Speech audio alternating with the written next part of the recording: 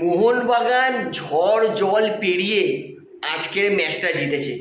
কারণ সত্যি আজকে শুধু নর্থ ইস্টকে হারানো ছিল না, তার পাশাপাশি এই যে তুফান, এই যে বৃষ্টি, সেটাকেও কিন্তু হারিয়েছে মোহনবাগান।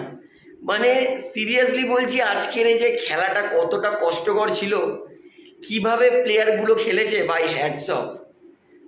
রেফারি ম্যাচ বাতিল করেনি, কিন্তু খেলোয়াড়গুলো নিজের ফুল ডেডিকেশন দিয়েছে।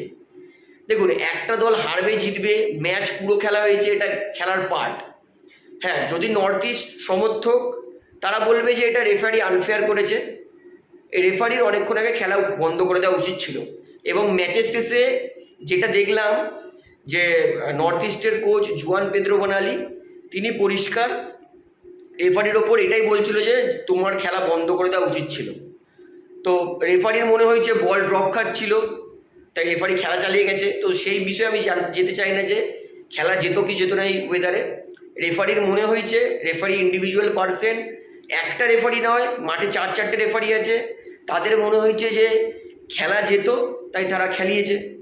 এই বিষয়ে আমি আসতে চাই না, কিন্তু প্লেয়ারদের কমিটমেন্টের জন্য ভাই স্যালুট। অবিশ্বাস্যকর ভালো কমিটমেন্ট দেখিয়েছে। আর মোহনবাগান ভাগ্য ভালো যে মাঠ পুরো ভেজে রাখে মোহনবাগান 5 মিনিটে রবসান রবিনোর গোলে 1-0 লিড নিয়ে নিয়েছিল। কারণ বৃষ্টি শুরু হওয়ার পরে গোল করা খুব নেক্সট টু ডিফিকাল্ট ছিল। আর মোহনবাগানের জন্য এই ম্যাচটা অত্যন্ত গুরুত্বপূর্ণ ছিল, কারণ মোহনবাগান আজকে কিন্তু জিতে পয়েন্টস টেবিলে 1 নম্বরে চলে গেছে, টপে। মোহনবাগান 9 ম্যাচে 20 পয়েন্ট, অর্থাৎ মুম্বাই সিটি এফসির থেকে কিন্তু 2 পয়েন্ট লিড করছে, যেটা মোহনবাগানকে বিশাল হেল্প করবে। দেখুন, আজকে আমি হরিনামে এসেছি, রাধাকৃষ্ণর পুজো, আজকে KKR জিতেছে, মোহনবাগানও জিতেছে, তো ভগবান আমার কথা শুনেছে। তো সিরিয়াসলি বলছি, কালকের আর কোনো ভিডিও দিতে পারবো না, কারণ যাও আজকে পারছি, খুবই কষ্ট করে এই ঘর ওই ঘর সেই ঘর করে করে ভিডিও বানাচ্ছি আপনাদের জন্য।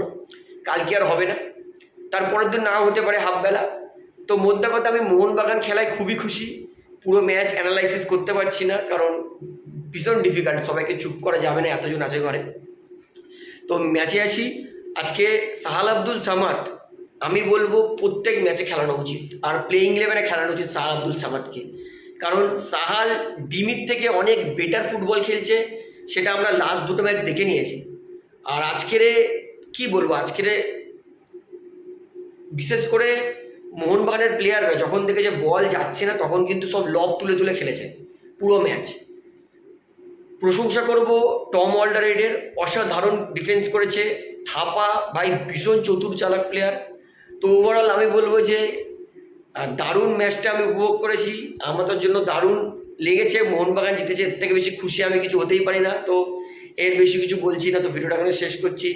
আশা করি আপনাদের ম্যাচটা উপভোগ করেছেন, ম্যাচটা আপনাদের কেমন লেগেছে, এবং আপনার কি মনে হয় রেফারি ক্রিস্টাল জনের কি ম্যাচটা বন্ধ করে দেওয়া উচিত ছিল? আমি আপনাদের থেকে পুরো ডিটেলসটা জানতে চাই। আপনাদের মতামত কি আমাকে কমেন্টে জানাবেন। তো ভিডিওটা এখানে শেষ করছি, ধন্যবাদ।